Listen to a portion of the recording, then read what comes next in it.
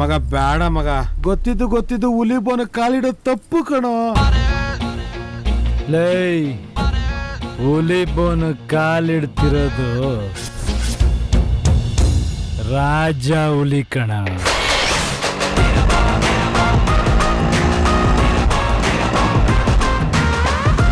ಚಲ್ಪತಿ sir, ಆಶೀರ್ವಾದ ಮಾಡಿ sir.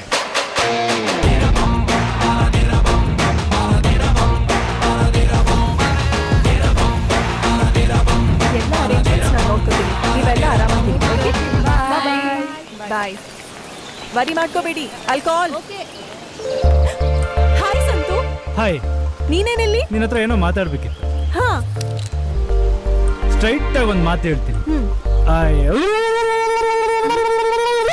Santu, are you okay?